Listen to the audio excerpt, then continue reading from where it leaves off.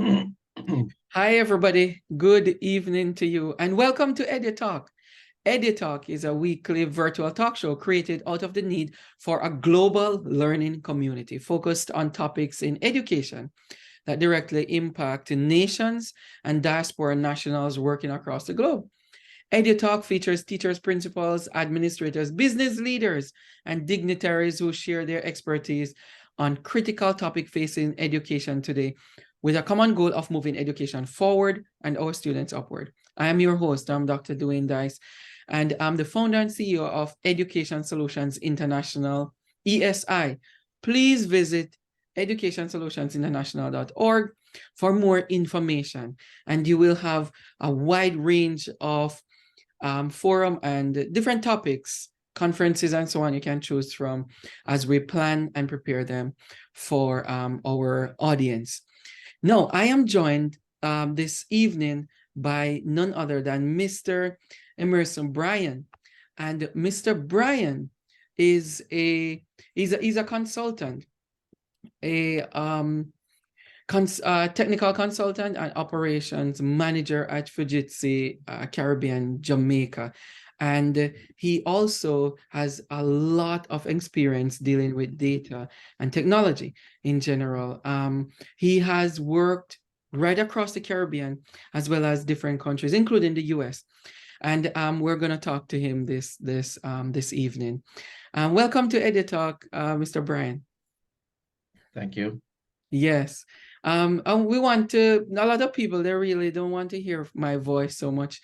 So we want to dig deeper into you, what made you who you are, and also the work, because I checked you out online. I think we became friends through LinkedIn, and I realized that you're a fellow Jamaican, and seeing the work that you're doing across the globe, actually. And I said, you know what, let me see what this gentleman is up to, because he used terms like experienced knowledge worker and working in different spheres. He's also, one of his titles is an author. So he's an author of a book. It's called, remind me of the book. So I'm trying to find it. Right. It's looking at information management, and we looked at how it's influenced decision making, and it's looking at Barbados, Jamaica, and Saint Lucia. That's not the specific title. I wrote that book so many years ago.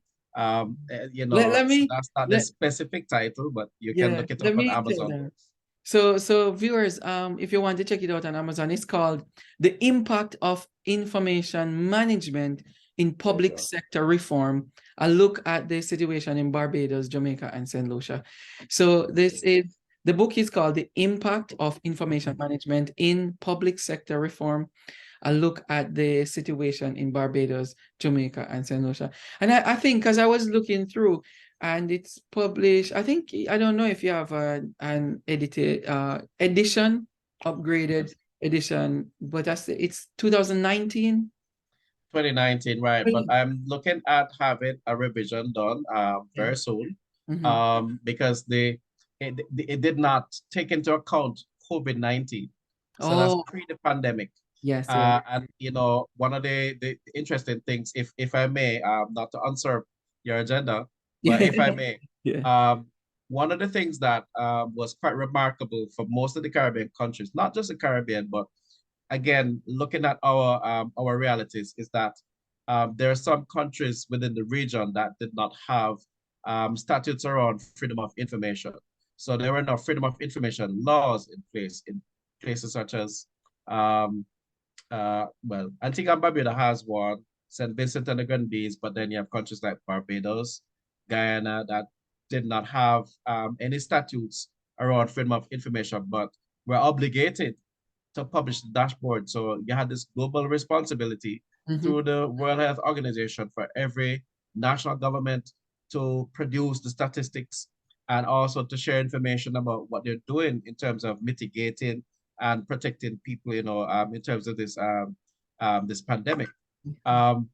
It changed the dynamics because one of the biggest challenges in terms of freedom of information and even in terms of public sector reform, which my book was on, is that there was usually a requirement that was imposed as part of the conditions of structural readjustment programs that was imposed upon the Caribbean countries that I looked at, Barbados, Saint Lucia, and Jamaica, where there was a responsibility as part of the loan to tell people what you're doing in terms of reforming and making government better, leaner, optimizing resources and those kind of things. Okay. That required presenting some kind of report, publications, public education programs, campaign, communications campaign, etc. That was new. Before, under the Westminster Whitehall system, it was typically just sending a piece of correspondence. Once somebody writes to you, you're obligated to write back. But then, in terms of how government works, that's privileged information. You have no right to it. However, part of the loan conditions would be that there has to be some kind of sunshine regime, meaning that you have to tell, you have to show some evidence of fighting corruption and optimizing government resources. Conversely as well, under public sector reforms, there normally would be cuts. And sadly, the records unit would typically be a part of the casualty, people who do the filing and the people at the lowest, levels of government would normally be the first to go. Oh, okay. So there would be a lot of retrenchment exercises. Typically would be aimed at people at the low end and not people at the top. So that impacts the quality of the information that you get from government, because these are the census takers. These are people that know the records keeping system. And normally, because there was no, hand-holding and guidance being provided, there is no documentation to tell you how to do filing properly. And so systems break down. And then you have this challenge now under the parliamentary system, which is unlike the US government federal system, where ministries can be established, by the prime minister at his or her discretion, and they can also be abolished. So what happens to the records around that government responsibility? So you see, it becomes tricky here in the Caribbean in terms of tracking the information, determining the quality of information. Nevertheless, there is a lot of information being collected, just not being managed properly. Okay, so you're gonna make a revision for the book to include all of those things. Okay, all right, that's good. Yeah, so what exactly is your role right now? Because I want people to understand that we're talking about data and data management in terms of what do you do with data, and we're not just talking about the Caribbean, but the experience we have of the Caribbean and how we manage data in the Caribbean, and also in America as well. And part of your job in the title is that you also have a consulting firm for yourself, as well as being a technical consultant or operations manager for Fujitsu Caribbean. So tell us a little bit about your work. Like, what do you do now with the company that you're operating in? Right. So I work for Fujitsu Caribbean, which is part of a wider conglomerate. As you know, Fujitsu is headquartered in Tokyo, Japan. So it's a major brand. In terms of my specific, my company right now, I'm on sabbatical from that because you're not allowed to have two, competing roles. Not that my firm could ever compete with Fujitsu. But that was a company that I would have established from way back in 2014. That's specifically around information management. But Fujitsu also has, a lot of subject matter experts in information management, digital transformation, and such. As it stands now for my specific role, my current role, I am more into digital transformation, not the full digital transformation, meaning trying to optimize government using technology, but specifically digitization, right? So digitization of physical records into electronic images that that will have the full metadata, facets, and all of that. So in terms of how data would be used in my specific day-to-day, responsibilities, once we do the conversion from physical to electronic, it's to ensure that there is a quality management process being adhered to, which would include metadata profiles being complete, ensuring that the image that's been captured as a result of that digitization process is trustworthy enough, meaning that it's just as good as the original record, right? What that means is that the metadata elements is way beyond the base elements, meaning that the fields that you complete are almost to an extent like very extensive, right? So it also would include typically illustrating when the asset has been converted. So when did it change state from a physical asset to an electronic? And then how many other surrogates are there? Is it of a quality that you can replicate it and that kind of thing? I am operations manager on a specific project that Fujitsu Caribbean competed for and won. We won that tender. It is related to the National Identification System project, the NIDS project. But we are on the component that deals with the digitization of vital records project over by the Registrar General's Department, right? So that's in the public domain. And my background specifically is, I'm a certified records analyst, and I'm a certified archivist as well. So in terms of digital conversion, you want to ensure that the person in charge of a setup like that would be conversant with all the different guidelines, industry standards, and so forth. So ISO 15489, the records management standard. You want to ensure that they know about the FASI guidelines, the federal agencies, digital guidelines initiative, and those kind of things, so that there will be some kind of benchmarking against something that's globally accepted. So it's not just me, but coming from a qualified. Right. What type of data are we talking about here? So the data that would be specific to a setup like that would be, again, it will be basically reflecting what's in the vital records.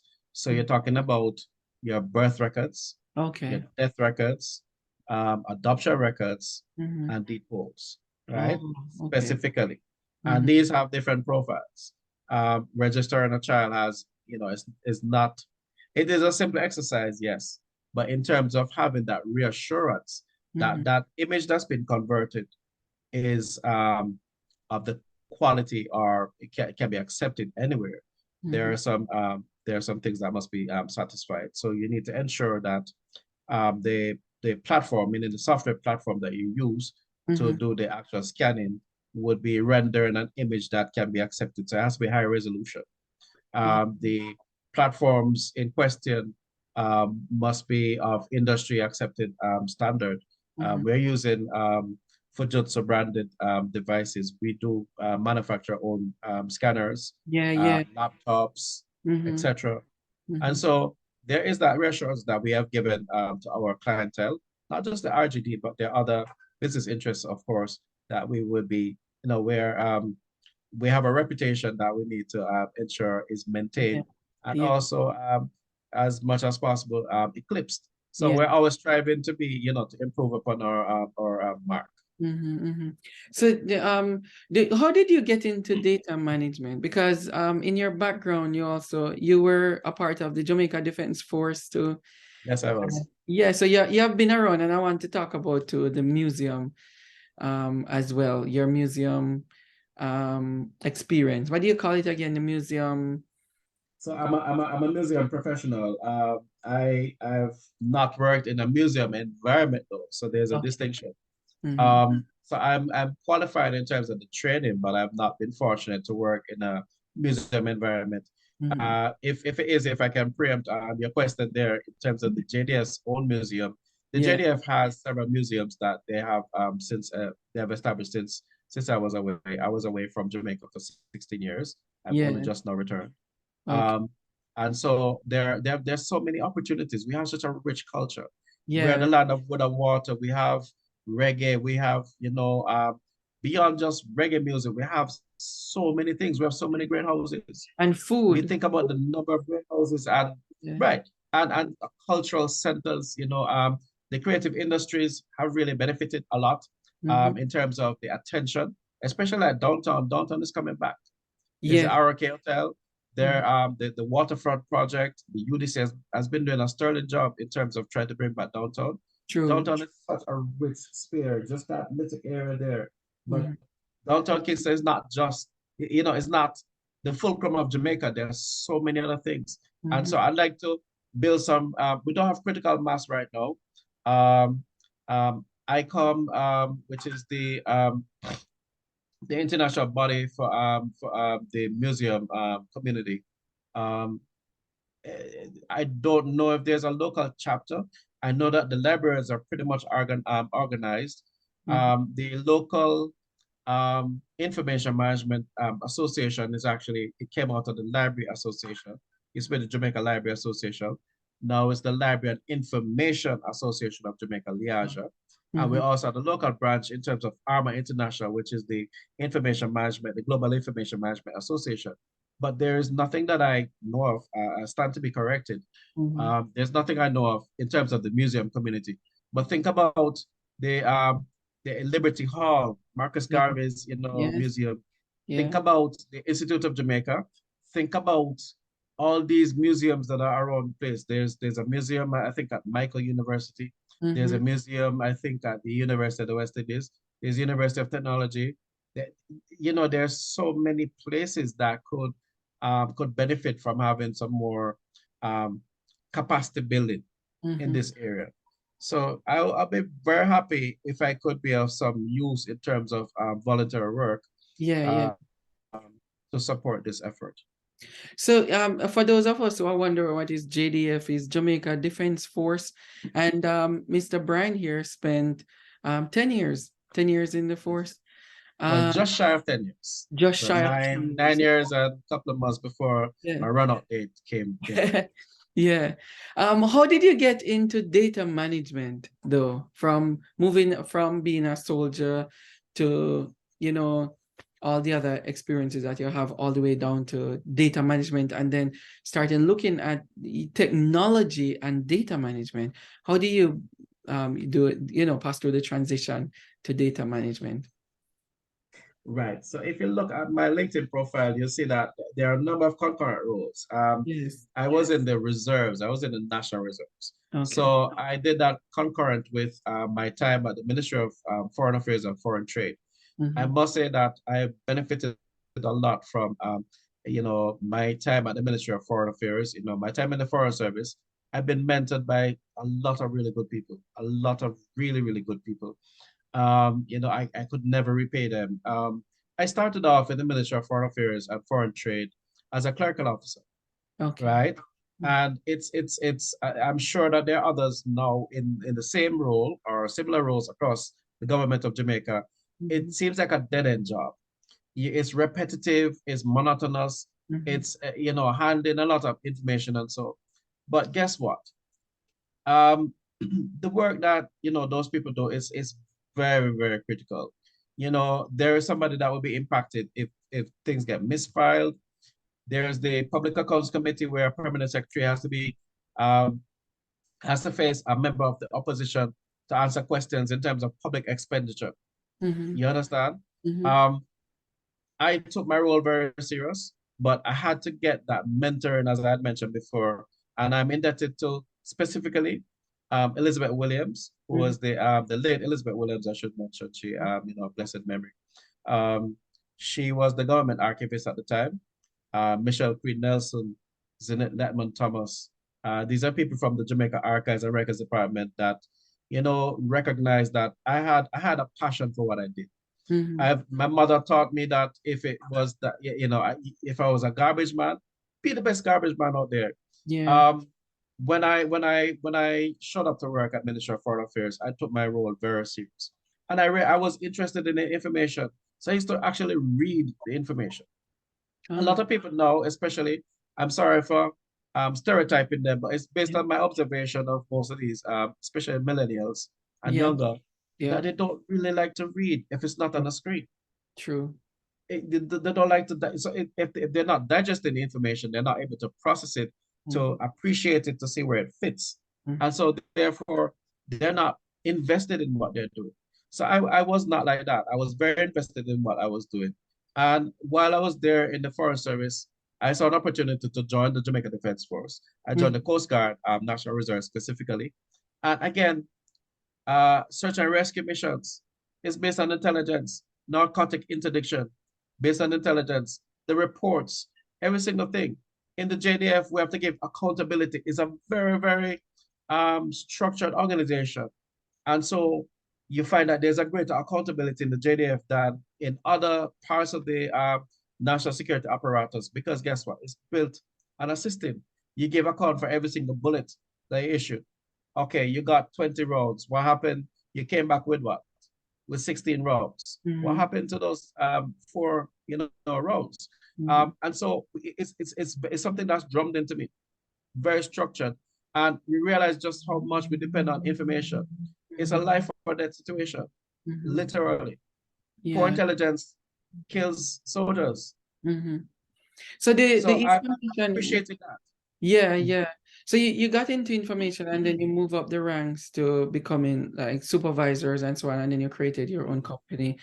Um, do you think the Caribbean is improving in terms of data management and the implementation of strategies based on that data that they're collecting, if they're collecting any? I would say yes, and yes, they are collecting information. The thing is that what's happened typically, and I've worked in different countries. I worked in Antigua and Barbuda, I worked in Saint Lucia, I worked in Trinidad and Tobago, I worked in Barbados, I worked in Belize, I worked in a lot of places. And I've had the opportunity, of course, Jamaica. I've had an opportunity to look on, and look at the intimate parts of government and the apparatus of government. And the thing is that the pandemic has forced us to do so as well. Mm-hmm. Front-facing services suddenly were done, remotely. You're accessing services that before it was next to impossible to get done. There Mm-hmm. was no same-day turnaround, and not because you're throwing the technology at it means that it's been done the most efficient way. Because guess what? They may still require you to come in to complete the process because of the evidence legislation. So a Mm-hmm. lot of what we can do in terms of digital transformation is hinged on um, antiquated statutes. So the laws that we currently have need to be updated so that you can give recognition to, for example, a digital iteration of a form, because the form must be completed and you'll see it in the schedule. The schedule will be there illustrating the said form. So unless you can change the statute to recognize that digital surrogate, you can't really move the needle. So what you end up with now is that the information that you're collecting is being Mm-hmm. done manually, and the turnaround time sometimes, depending on the kind of information, if it's not a quick enough turnaround, it's almost useless. It's useless. It's You can true. imagine if you had a long turnaround for a hurricane or disaster risk reduction type of scenario. You need the information right then and there. Um, Protection of health and that kind of thing. But I also believe as well that the information management people need to be part of the conversation. The Ah. IT people are Mm-hmm. usually the leaders in terms of the new technologies, but Mm-hmm. then you need to have process reengineering done. You need to understand how things are in terms of, um, completion of transactions. Remember, every single transaction should have some kind of evidence behind it. Mm-hmm. That evidence is the record. So how are records created in every single government department? That's material to how effective that digital transformation effort will be. Mm-hmm. So, for example, if it is that you're doing digital transformation, but then you still need to, you're still held ransom to a paper-driven process, you're really not doing digital transformation. Yeah, And yeah. it's not just as simple as explaining it either, because there are other dynamics to consider as well. The labor movement is also part of the conversation, because guess what? It means that there will be redundancies highlighted. So, having processes stretched across two persons just to ensure that that person has a job Mm-hmm. will, that's something you have to look at, because if you're going to region the process and streamline it, it might mean the elimination of that person. And Mm-hmm. then projects and initiatives can't move forward because guess what? The unions are not around the table. And so that initiative is resisted. And Mm-hmm. I've seen that with most public sector modernization initiatives. It's almost stillborn because guess what? The unions are not with it. Yeah, They look at it with suspicion, and they do not see the collective benefit. They don't see where it's going to be that a is very, direct benefit to them. yeah, it's And very so, yeah, to be invested. Yeah, yeah. We look on that too in education where everybody must be at the table. So it's the same thing with with whatever data you collect. And a wide region, and you have more experience than me in this, the wide region of the Caribbean, it needs everyone on board from different islands and different countries and different sectors. As we look at the union in education to the union right across the Caribbean, like the Caribbean Union of Teachers, to need to be a part of the transformation or data collection and transformation. And also, I was thinking while you were going through your discourse too, is the agriculture, because we're looking at food becoming, if you look down the road to a couple of years from now, it might become a crisis. And how are we collecting data around agricultural land, agricultural produce, so that we can start planning, if we haven't done so yet, and projecting into the future what the population is going to need, how much food, and so on across the region, and not just the Caribbean, but across certain regions. And I've been to even Dubai, and they're actually planning about this already in the next 10 years or so on. So have you come across anything like that where the data is being managed or collected and so on, and there people are thinking that in terms of agricultural development, because a lot of land is being left there bare. So have you come across any data collection or conversations around data pertaining to agricultural development? So, in terms of innovations in agriculture, Mm-hmm. um, I should put this caveat that I've just only returned to Jamaica since February last year. So I'm coming to my full year being back after being away for 16 years. Yeah. But in terms of innovations, I think now the time is ripe right now because a lot of young people, they're interested in coming into agriculture, but they want to see where they need to have the access to the technologies. One of the things that I found extremely disappointing having returned home is that, and I've lived in places like, I've lived in Trinidad and Barbados, Right. and in Barbados, for my two kids, I would buy laptops and I send to them, and they're not taxed. Mm, Now I know statistics are different and priorities are different, but I find there's a lot of tax because I've discovered that having to purchase a new device, that there yeah. are taxes and things on computers here, and it's a learning aid. So Mm-hmm. if it is that we're trying to fight illiteracy, and Mm-hmm. not only that, trying to establish food security as well, and Mm-hmm. getting people interested in being part of the agriculture sector, Mm-hmm. the young people, that's your constituency right now that is a priority, because the older ones, they're at the sunset of their lives, and Yeah. so you need to ensure that there's a content, is sustainable by Mm, having people, the younger people especially, included in the conversation. And that means deploying technology at all the issues across the agricultural sector. mhm. Predatory larceny is a big one. Yep. I was very pleased to see um, mention being made of having tagging, which is something that we know, having lived in North America, is Yes. very is Come commonplace. on. Yeah. Tagging, Mm, microchip as well, because there are creative thieves, unfortunately, that would maim the animal just to remove the tag on the ear. mhm. But also the testing of the meats, and so I don't see any abattoirs and around. But for example, with the abattoirs, having the technology there where, the lab results will come in quickly, instead of this lengthy turnaround, because that discourages people. People are eating a lot of wild meat, I've discovered. People eating the deers in the mountains, for example, wild pigs, etc. Actually going through the processes to ensure that the meat is safe. Not only that, too, in terms of patterns and tracking what happens in terms of certain crops. The small farmers, especially, they don't have the collateral to deploy that kind of technology to track trends. So outside of government having ownership of a facility or having a public-private partnership in place where they can track certain crops, because of the investment that would have been made, you're really not finding that information. If that information is available, it's not in the common domain. And that's another thing. I know that, don't want to preempt you, but I know that that's something that we would have had a conversation on in terms of public good. Information should be a public good. Yeah. But then how is that information presented? How the information is presented is material to how the interest that would be aligned to that information.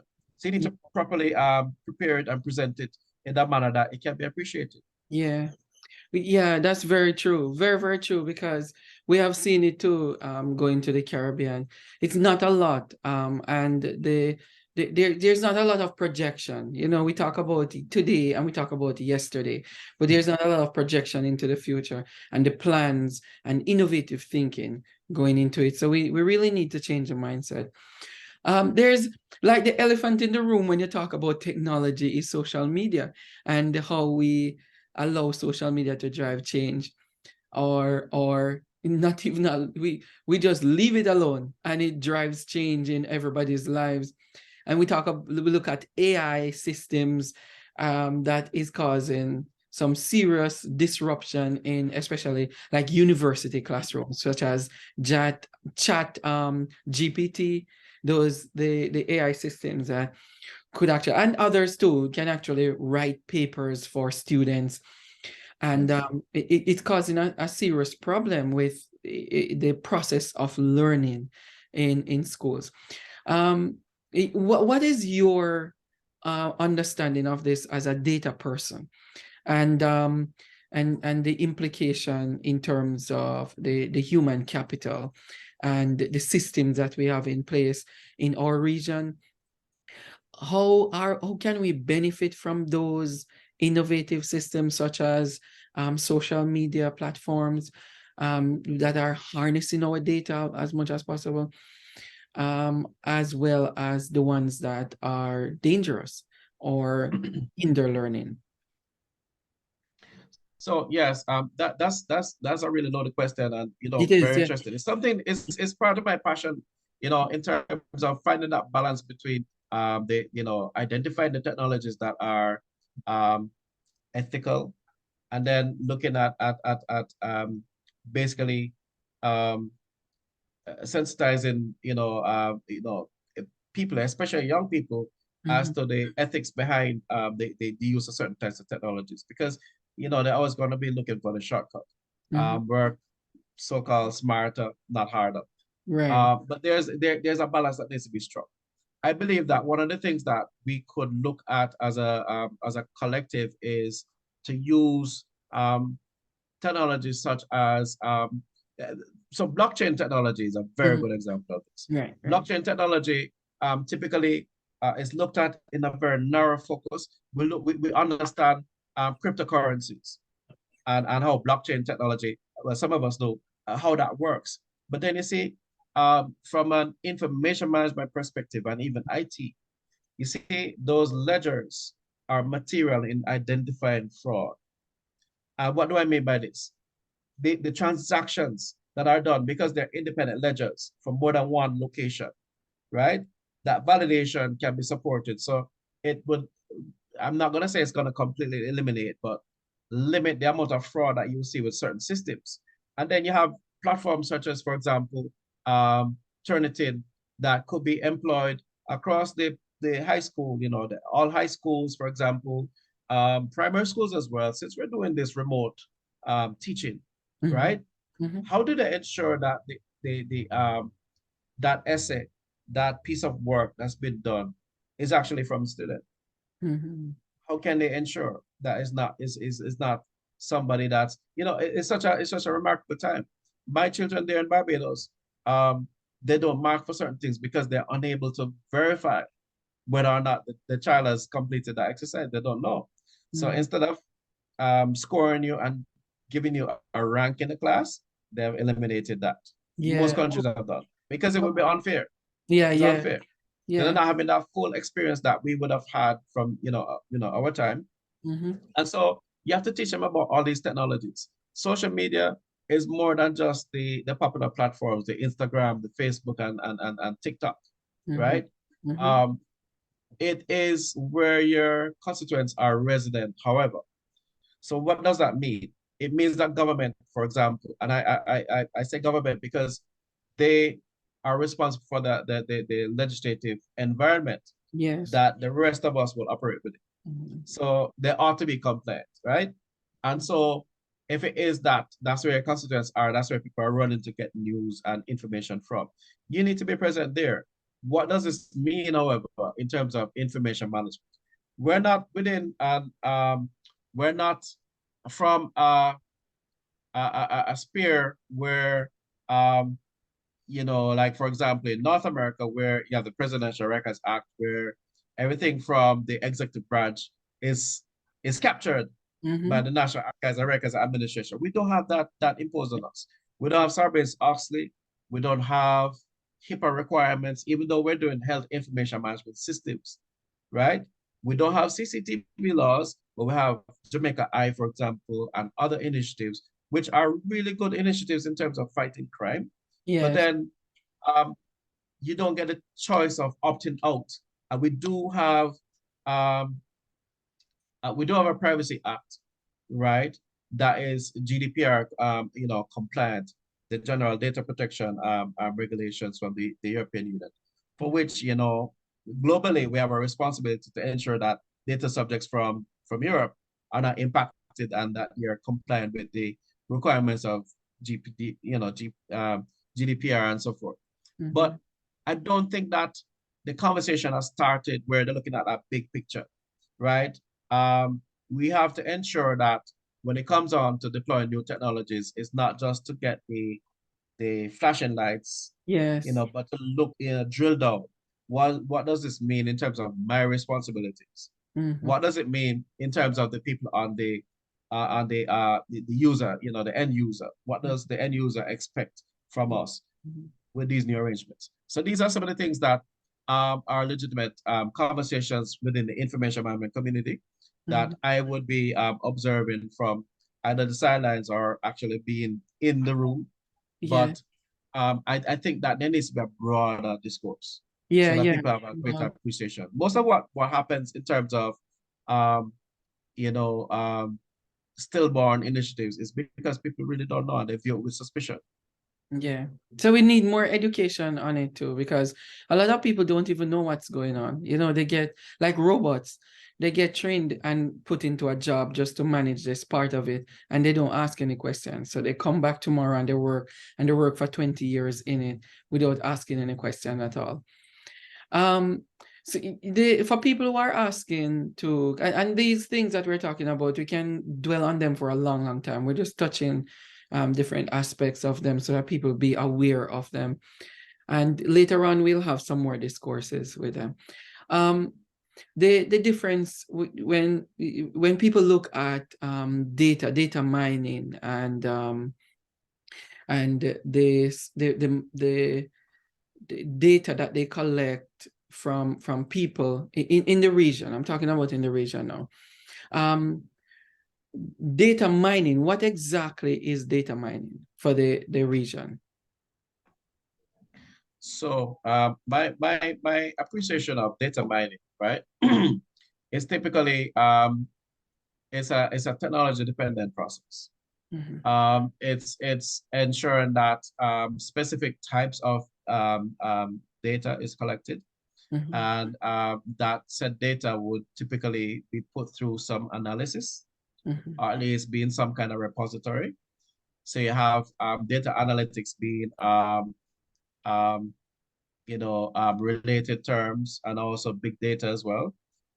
What we're finding right now is that here in the region, we are collecting a lot of information. The pandemic alone by itself required a lot of collection of your travelers, shutting down industries, looking at people's statuses, clearance for return to work, a lot of very sensitive information. Contact tracing. Imagine the means to which we do that kind of contact tracing.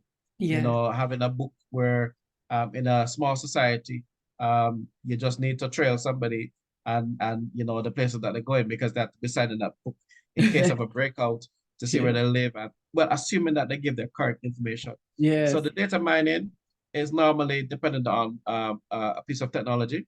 I see data management being more people focused. And so data mining does not necessarily have to be based on technology.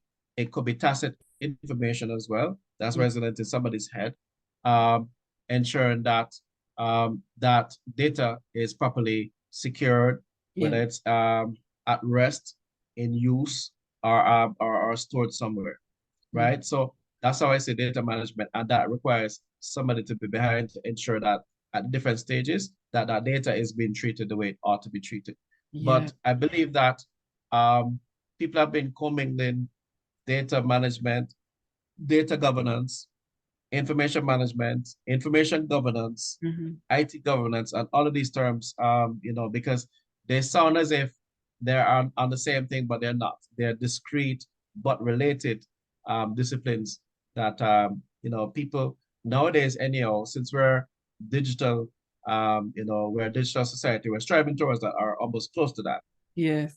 And especially so, still coming out of the pandemic, where without a device, you really can't function, you can't do anything. Wow. There's a great appreciation for that. But then we have to be stewards of different things.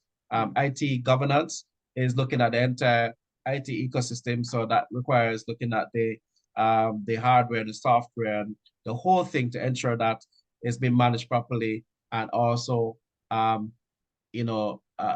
based on the strategy requirements or business requirements of your company, or from a personal perspective. Information governance is a step up from information management, which, information management looks at the management of information, the processing, dissemination, storage, security, etc. of information. Information governance, though, looks at those things as well, but also looks at compliance. Right. It's really the compliance of it, the governance of it. And this includes looking at the rules for the IT people, the compliance people, and the records management people under the business requirements. So you look at the total ecosystem in terms of information management, with the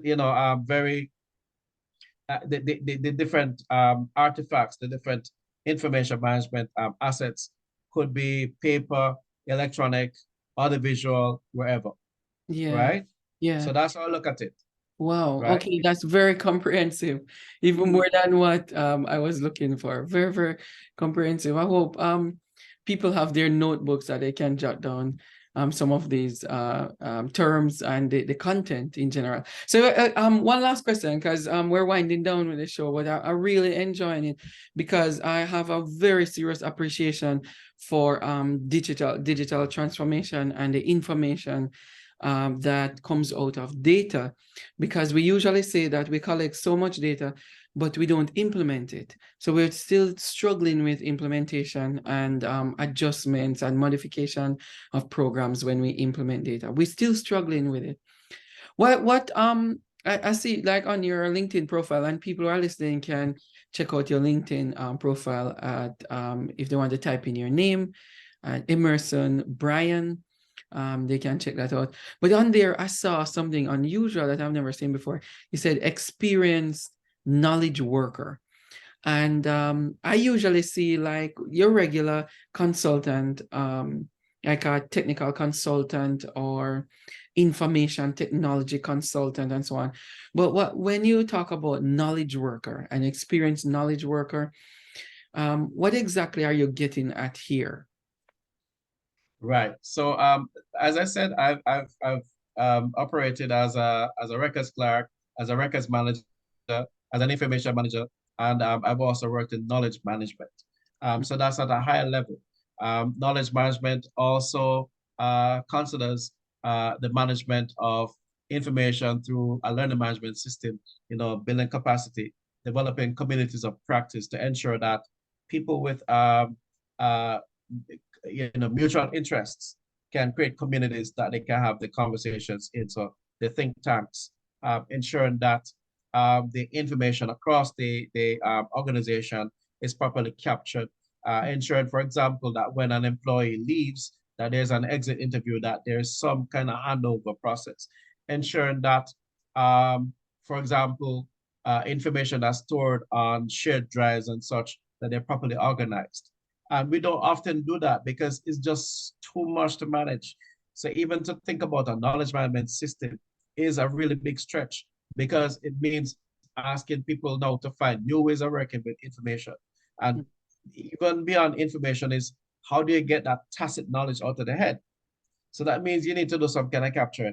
That means going to do an interview with somebody so you can have a transfer of knowledge. And you're not going to get 100% of it. You just won't. It's just too much. Yeah. But to get enough where you can have an appreciation where there can be a tidy handover, or at least there can be enough information gleaned from that person that would be of some utility and joint utility to the company.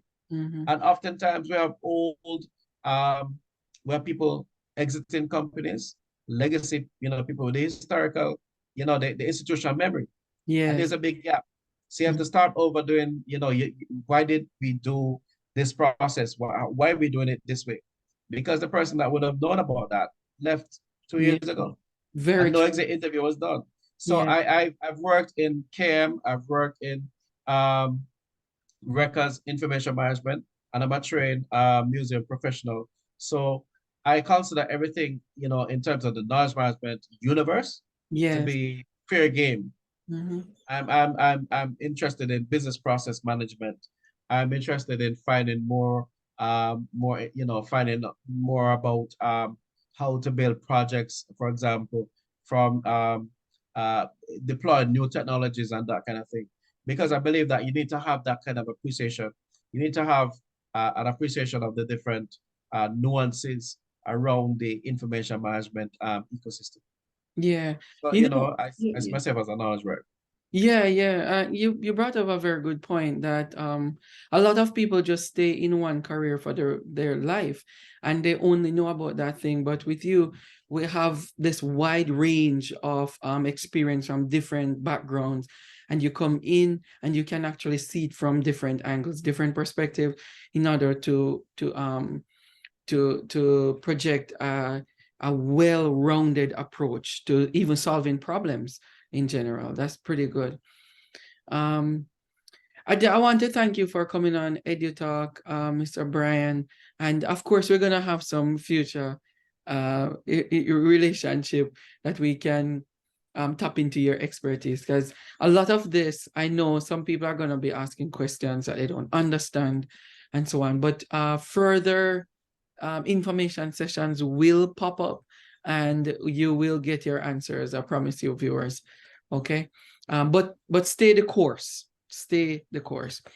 So thank you very much. Do you have any final thoughts for this session of EduTalk?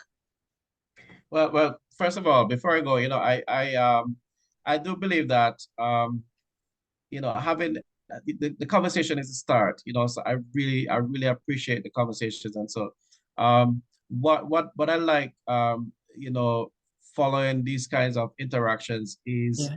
to have a forum where there can be like some kind of interaction. People can reach out and access people, beyond just the LinkedIn and the social media. And, Yeah. you have my coordinates in terms of how to reach me. Yes. But I believe that real action, again, wearing my knowledge management hat, Yes. having these think tanks where we publish. We don't really publish as a I know. I collective. know. Yep. We're working on Unless you have ambitions in yes. academia, we Yes. don't publish. Yes. That peer reviewed document based, Yes. because you work in the field. Yes. Um, People working in records, people working in information management, the Mm-hmm. librarians, Mm-hmm. special librarians, and Mm-hmm. those people. um, you should start publishing so that you can bring that awareness. And, Yes. as a complement to the publication itself, is to Mm-hmm. have, bite-sized delivery. So, a conversation like this is more digestible than reading a document. We do True. understand that. So you can have a little blurb, you can have something on your social media. LinkedIn is very good in terms of this, just Mm-hmm. post something that, people have an appreciation for. So I Mm-hmm. would encourage everybody, I see myself as an information management evangelist. I'm Yes. hoping that you'll change your outlook. It's not just dealing with information, but it's material to what happens in the future. Mm-hmm. Mm-hmm. It really does impact what happens, in the future. So, it's my pleasure to have this conversation with you, and I Mm-hmm. look forward to, future sessions Yeah. with you. Definitely, definitely. We're gonna put something together soon. But yeah, of course, we're gonna have a number of sessions that we can talk and get people up to speed with digital transformation in general and information transformation and innovation moving forward. Thank you so much for being on. And it's really good to connect. Finally good to connect. Finally. And yeah, and we're gonna talk soon. Viewers, have a wonderful week. This has been EduTalk, and I hope you learned something. If you want to drop something in the chat, drop it in the chat. And to reach out, please reach out, look on educationsolutionsinternational.org, or write to us at edusolutionsintl@gmail.com. That's edusolutionsintl@gmail.com. Thank you so much for watching, and we will see you again next week with another edition of EduTalk. Walk good, everybody. Take care. Bye-bye. Bye-bye.